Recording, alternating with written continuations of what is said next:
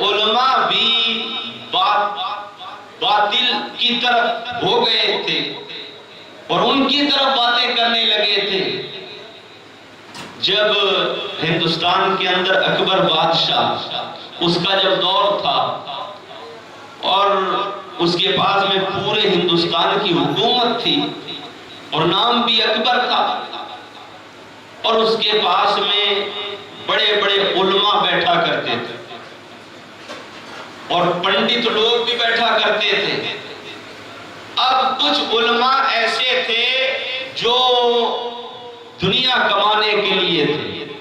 علم تو بہت تھا، علم کے تو وہ لوگ پہاڑ تھے، مگر ان لوگوں نے اپنی ذات کو، اپنی عزت کو بڑھانے کے خاطر انہوں نے اکبر کی تعریف شروع کر دی.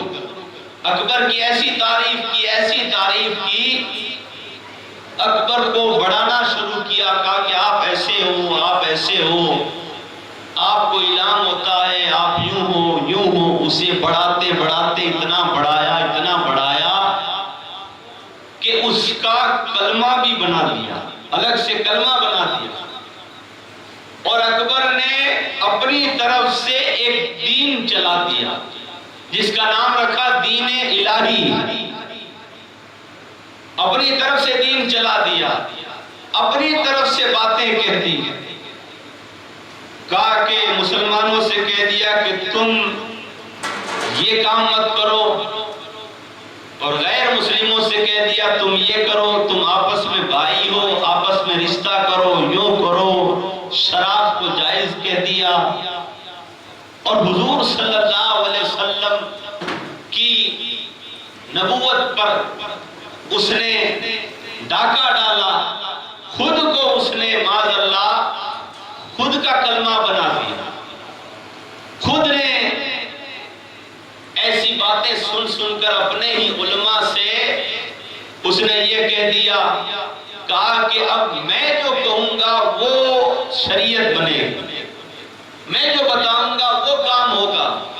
اب جب اکبر بادشاہ کے ساتھ میں علماء بھی ہو گئے، اتنے بڑے بڑے علماء، بتایا گیا کہ اکبر کے پاس میں دو ایسے عالم تھے، دونوں بھائی تھے.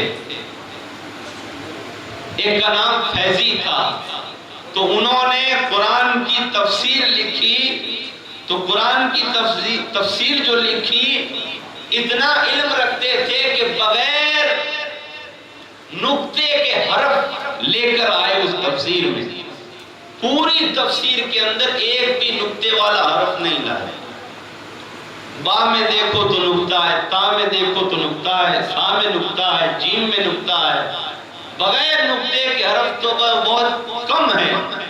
انہوں نے ان حرفوں سے پورے قرآن کی تفسیر لکھ دی. ایسے علماء اکبر کی باتوں میں آ کر اسی کو وہ نبی بنانا چاہتے ہیں. اس نے دین الہی چلا دیا. اب علماء بھی جب حق چھوڑ چکے، اکبر کے ساتھ ہو گئے، تو رب تبارک و تعالیٰ نے اکبر کے فتنے کو مٹانے کے لیے سرزمین پنجاب کے اندر، سر ہند کے اندر اللہ تعالیٰ نے امام ربانی مجدد الثانی کو پیدا فرما دیا. وہ کھڑے ہوئے اور انہوں نے کھڑے ہو کر اکبر کے اس دین کو، دین الہی کو مٹایا. اور اکبر نے ایسا بھی کیا تھا کہ ایک اسٹیج ادھر لگایا اور ایک اسٹیج اپنے سامنے لگایا.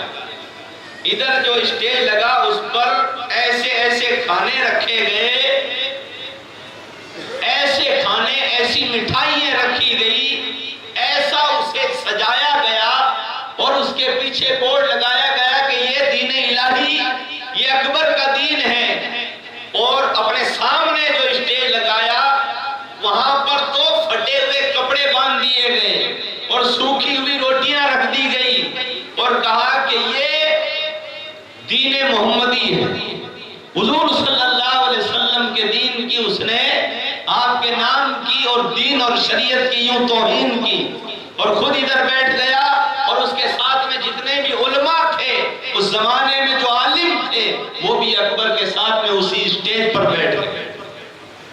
اور ادھر اسٹیج پر کوئی نہیں آیا۔ حضرت امام ربانی مجدد الثانی آپ اپنے ساتھ اپنے مریدوں کو لائے، اپنے شاگردوں کو لائے اور لا کر آپ اس اسٹیج پر بیٹھ گئے۔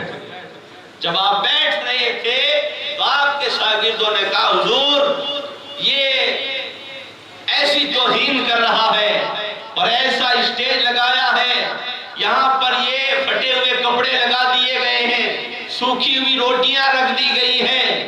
تو حضرت مجدد الثانی نے آپ نے فرمایا کہا کہ تم اس ظاہر کو نہ دیکھو بلکہ حضور صلی اللہ علیہ وسلم کے دین کو دیکھو، سرکار کے نام کو دیکھو۔ ارے بظاہر یہ تمہیں سوکھی ہوئی نظر آ رہی ہے، اس اکبر نے یہ کام تو کیا ہے، مگر یہ حقیقت میں جو تمہیں نظر آ رہی ہے وہ نہیں ہے، بلکہ اللہ تبارک و تعالیٰ نے تمہارے لیے تو جنت میں نعمتیں سجا کر رکھی ہے۔ جو اس اسٹیج پر بیٹھ جائے گا وہ جنتی ہو جائے گا، وہ حضور صلی اللہ علیہ وسلم کا سچا غلام ہوگا۔